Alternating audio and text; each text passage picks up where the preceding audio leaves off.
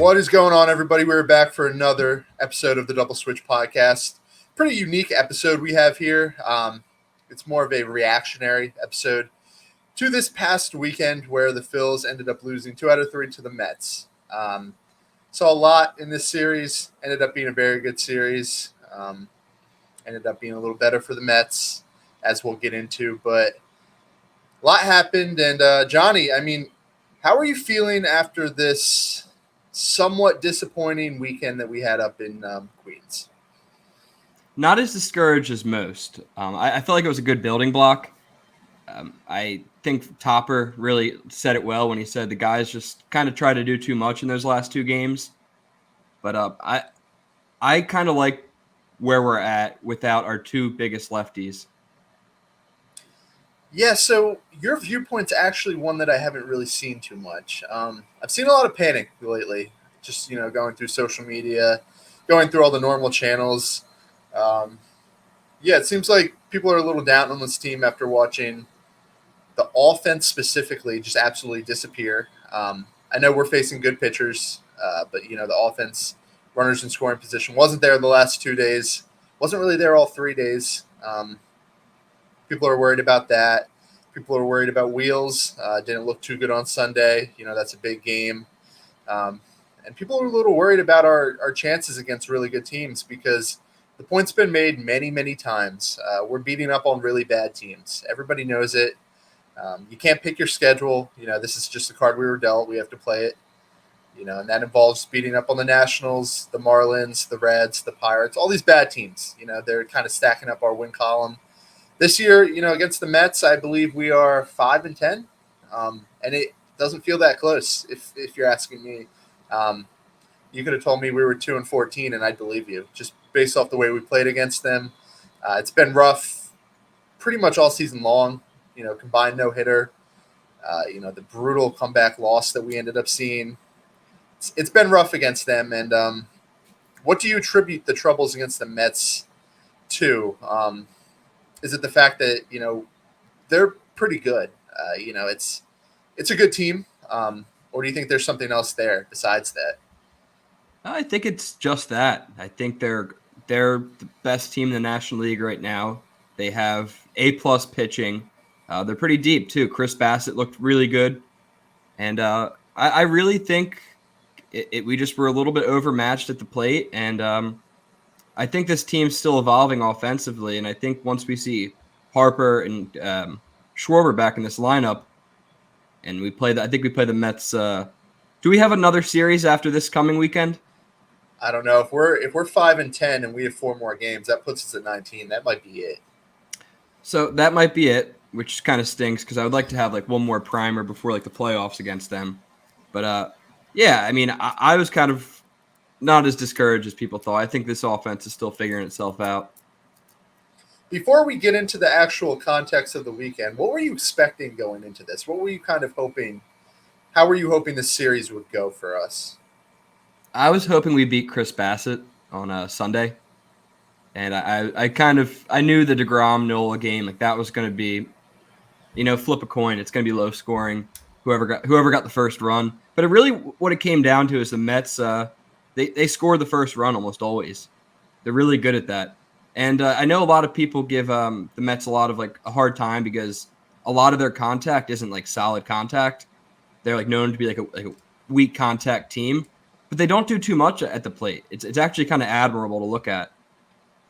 They don't strike out as much as we do because they bloop the ball into left field and to right field, and that's how they create runs. Yeah, they have a lot of hitters that are kind of designed for that. Lindor, McNeil, Nimmo, Starlin Marte, good contact hitters. So it makes for a tough lineup to navigate. But let's get into the actual weekend.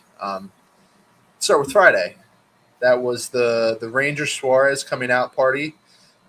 He battled Max Scherzer for 7 innings, and it's not a situation where he was overmatched or anything. He battled Max Scherzer for 6, or was it 7 innings? It was 6 or 7 innings. Went toe to toe with Max Scherzer. Offense, not much in this game. We saw a little bit out of Bryson Stott in the leadoff hole for the first time this season. He got to Scherzer three hits and a walk. Nice Yeah. seeing that in a new role for him. But other than that, though, really no hard contact off of Scherzer.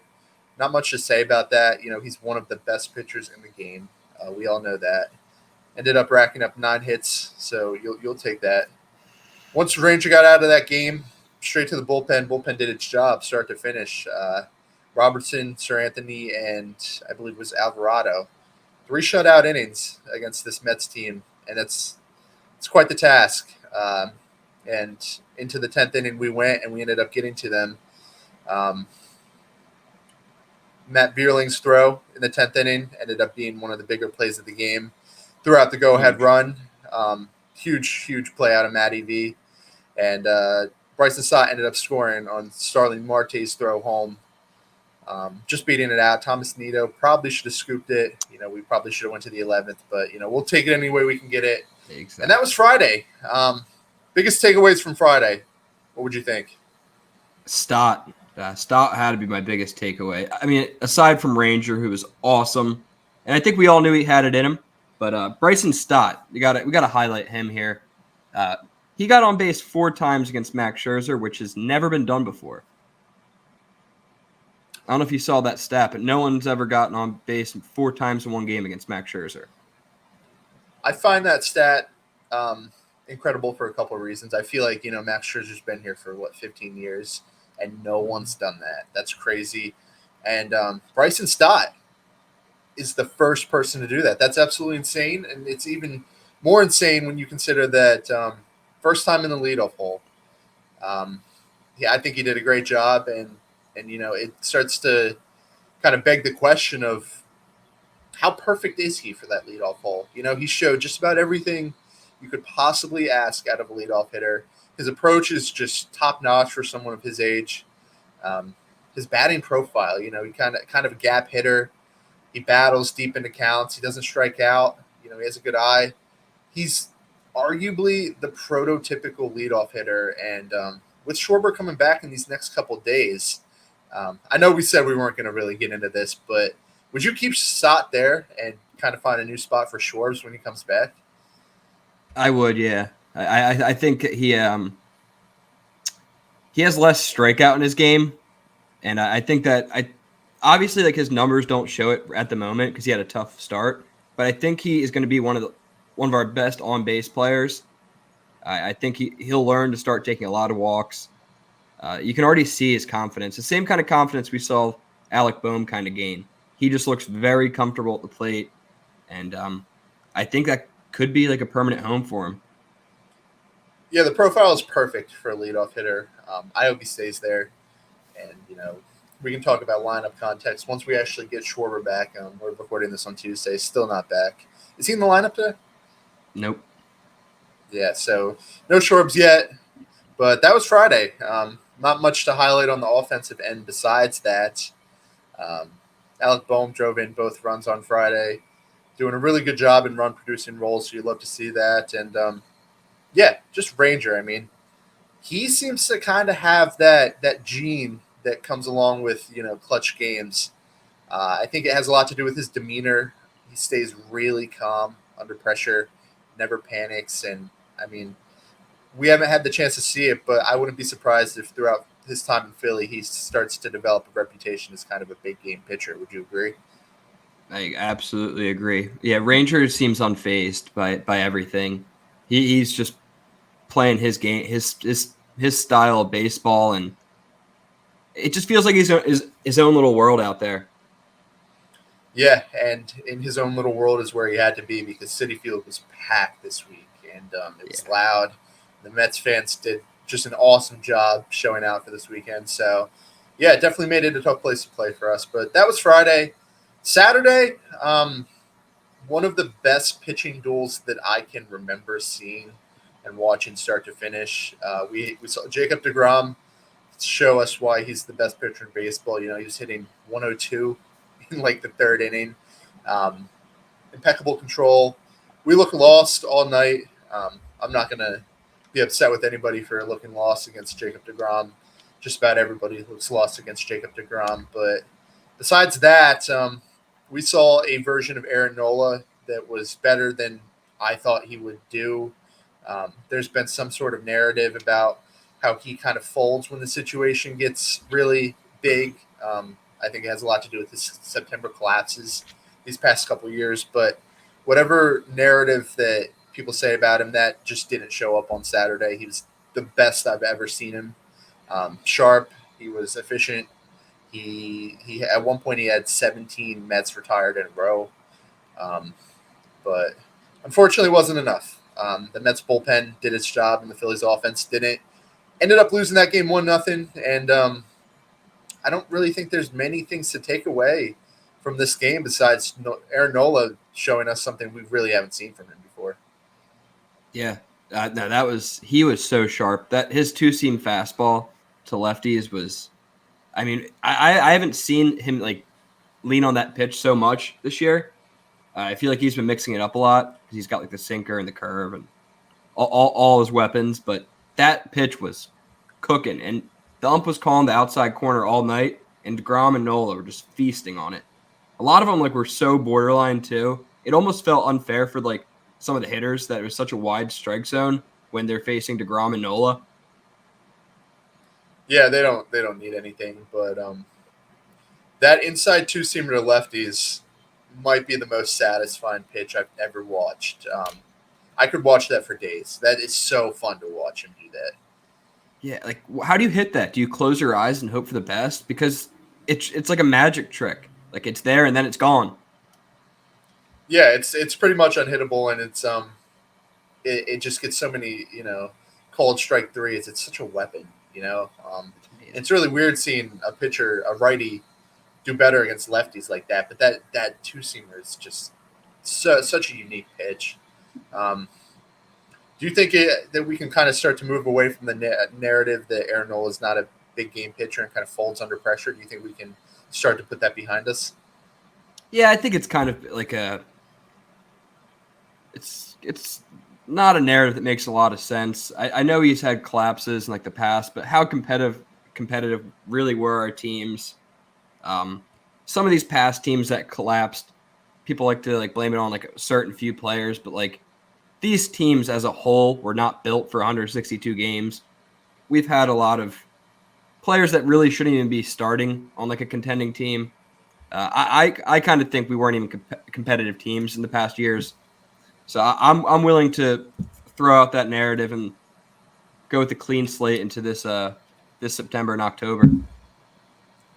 Yeah, I'm with you there, but that was Saturday, and that put us at 1-1 in the series. And I mean, after that, that's kind of when stuff started to hit the fan. Sunday, up in Queens, afternoon game. I was fortunate enough to make the trek up there. Took the train up to the city, made a nice day out of it with a couple of my friends. First time going to Citi Field, pretty cool ballpark. I think you should check it out when you have a chance. Definitely. It's a very unique ballpark. It's just a little far out there. I thought it would be in a better spot, but besides the point, um, we had our ace Zach Wheeler on the hill. Feeling good. It's always good having Wheeler up there on when the series is tied. He gives you a very good chance to win. And the Mets threw out Chris Bassett, who's top 25 pitcher in the game, very respectable pitcher. I thought it would be a good game. I thought we'd be able to pull it out. But we sat down, we started to watch the game, and became very clear early on. Wheeler did not have his best stuff. Um, the velocity really hasn't been there in a little bit. I don't know what's up with that. I don't know how. What was he sitting at? He was sitting at like 95. Hmm. He was getting up to 97, but usually he's a guy who sits at 97. It's a little weird, and Does that concern you? a little bit it does, because I think if we're gonna have Zach Wheeler of the last year, he needs to have 99 in the tank consistently late in the games. It's kind of the deal with velocity pitchers. You lose a little velocity, your stuff doesn't work as well, doesn't pull people as well. Um, I don't know what's up with that. Do you put a lot of stock into that right now, or is that something you're just worrying about later? I mean, you kind of have to. It's never really like it's never a positive thing when someone's velocity declines. It's either like fatigue or injury, maybe just an off day, like a bad day. But just like you said, it made like his slider like much less effective than it usually is because his fastball wasn't a plus pitch that day. So they started blooping his slider all over the place, and he looked like a bullpen pitcher. Yeah, that's the version of Zach Wheeler we got. Fast forward to the 6th or 7th inning, 6-0 by that point. All the Mets fans are going wild. I'm just about as miserable as you can imagine. I had some Citi Field food, and my stomach started to hurt, and I was dehydrated. And I was just not having a good time. It was rough. But offense just nowhere to be found at all. Really no hard contact from anybody. Loaded the bases up in I want to say the 5th or the 6th and the 9th. No clutch hitting from anybody. It's a problem that was starting to kind of manifest, 2 nights in a row. Just the past couple games, even against Braxton Garrett on Thursday, wasn't the best offensive showing, and it made for a very, very boring game for a Phillies fan.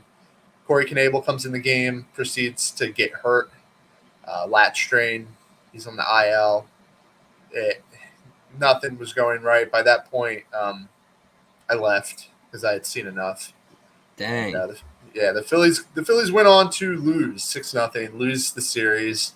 The Mets' complete dominance of the NL East continues. I don't think they've lost a series to an NL East opponent yet this season. That's incredible. It's like 16 series. Not against the Braves, not against us. It's just dominance from the Mets so far. And it was rough. It was rough, start to finish. And that's kind of when the mood started to sink in Philadelphia. But I'll throw it back to you. How'd you feel throughout that game? And what's your mood? What's your temperature gauge on that? So I mean, obviously when we lost Saturday, it was at 1-1. I'm like, all right, like this is kind of the exact scenario I thought that we could be in going into Zach Wheeler's day. And it was deflating, especially that they got to him so early. That was super concerning. He usually starts much better than that. He came out slow, and the bats certainly didn't help him. I mean, there really wasn't a whole lot to say about that one. I think if the team should take anything from this series, they got to play a little bit more like the Mets on offense. I mean, we try to crush the ball, and like we do a lot of times. Like we have one of the hard hit rates in baseball and barrel percentages, and the Mets don't, but they still have scored more runs than we have this year. So I think you got to play small ball if you're going to win games, especially against a great team like that. I agree. I agree with everything you said. And just to wrap this episode up, we only have a couple more minutes here. What's your message to people who are feeling down right now? Fans who are starting to worry that, this might be a team that's similar to, the past teams that have collapsed late in the season. What's your message to those people? My message would be that this doesn't matter. I mean, yes, we have to win games, and it sucks to lose to a division opponent, especially the team leading. But we're not going to catch them in the NL East standings. We don't have to win the division. We just have to become a better team by September and October. If we get a healthy Harper back, we get a healthy Schwarber back, everyone starts to find their offensive flow, this team will be completely fine. And we saw a lot of really good things from our starting rotation this weekend. Minus Zach Wheeler, what we saw from Ranger and Nola was more than like comforting. It was awesome to see, and we're not in as bad of a place as most people would think. Okay. Following that up, I have like 5 takeaways, 5 things to remember. Just to stay calm throughout all of this. First off, we do not have our 2 best hitters. Our 2 biggest impact hitters were not on the field this weekend. A lot of the offensive problems, we can kind of point towards them. If you take the top 2 hitters off of any team, it's just not going to be good. Imagine taking, Aaron Judge and Stanton off the Yankees. It's like I could go on and on. Devers and Bogarts off the Red Sox. It changes the whole complexion of the team. And You take that's Pete takeaway. Alonso, and Francisco Lindor off the Mets. Exactly. That team is not nearly the team that they are right now. That's takeaway number one. Takeaway number two. 5 days ago, we had 2 games against the Marlins, 3 games against the um, Mets. We ended up going 2-3 throughout those games, but it's really important to remember that throughout those 5 games, we faced Sandy Alcantara, who's going to win the NL Cy Young, Jacob deGrom, who has already won the NL Cy Young, and Max Scherzer, who's probably the greatest pitcher of this generation. That stretch, it doesn't matter if it's the Marlins. Anytime they have Sandy on the hill, they're a threat. That was a brutal stretch, and any offense would struggle through that. We're facing 3 of the top 6, 7 pitchers in the game, in 1 week. It's just an awful situation to go through, and we looked a little overmatched, and most teams would. And I really just think that that's kind of going to be swept under the rug when we look back on this, series loss to the Mets. They threw 2 extremely talented pitchers at us, and it's fine. You're going to get tough pitchers who beat you. So just keep that in the back of your head. A couple more. Let me think. I had a couple here. Oh, one big one. That Mets team, super good team, but they are really not our competition right now. They're in like a whole different league. We should really be concerned with the Padres, Cardinals, Brewers, even the Braves. These wild card teams. Those are the teams and the results that really matter. We really need to worry about where we are in the standings and less so our record against the Mets because, like I said, that's an insane team. That might be a World Series caliber team. They go Scherzer, deGrom, and they have Diaz, the best, the best closer in baseball, one of the best closers I've ever seen in the bullpen. That's a World Series caliber team, and they took 2 out of 3, and a lot of people who aren't Phillies fans probably would have expected that. So don't panic. Everything's okay here in Philadelphia. No, you're absolutely right, too. Facing that type of talent doesn't make you a worse team either. It's good to face. You don't want to go into the playoffs not having seen any of these pitchers before. So it's a positive that we've seen all these. We've seen Sandy a bunch. We're going to see deGrom, I think, again this weekend. It'll make us stronger as a team, even though it doesn't seem like it now as we're getting struck out by them. Yeah, and one last point. This one's interesting. It's not as important as the other 3. Aaron Nola's road ERA is 2 runs lower than his home ERA, and Zach Wheeler's road ERA is 2 runs higher than his home ERA. So Aaron Nola this year is a really good road pitcher, and Zach Wheeler is a really good home pitcher. And I think we can kind of point some of the stats that happened this weekend, the really strong Nola start, the really bad Wheeler start, to kind of their home road splits. I'm not really sure what it means. It's, Me neither. I'm not sure the big takeaway from that, but I think, it's not Zach Wheeler's broken. It's Zach Wheeler's a little worse on the road, right? Yeah, no, I don't really put much thought into the splits. I don't know why that would. It's weird. Why it is that way. No, I have no idea. If anything, I would have guessed Nola would be really good at home because he has been in the past. I don't know. It's weird how those splits work out every year. It's always different. Yeah, it's strange, for sure. But that reminds me, Josh, we here at the Double Switch podcast, as well as all of Pick Swap Media, are excited to announce our partnership with thesportsdisplays.com. Sports Displays are the creators of their unique product, the Jersey Mount, which can be installed to any surface and is significantly cheaper than the hundreds of dollars it usually costs for this type of quality display. Check out the link in the description and make sure to use promo code PICKSWAP at checkout for 10% off and free shipping. Cool. Yeah, definitely check them out. They make really good stuff, really cool product. And with that, you have anything else you want to hit before we get out of here? No, everyone keep their heads up. We get to see the Mets soon. And you guys get to hear from us a second time this week. So, yeah, we're coming back with another episode tomorrow.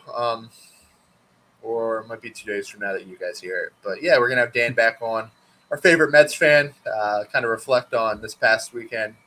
Look forward to this upcoming series against the Mets. Should be a fun episode. But with that being said, if you're hearing this on Spotify, come check us out on YouTube. Follow all the socials, Double Switch on Instagram, TikTok, Twitter, and follow our parent company, Pick Swap Media. They make great stuff. Eagles right around the corner. All types of new content coming your way. So throw them the follow. And like always, thank you guys for listening.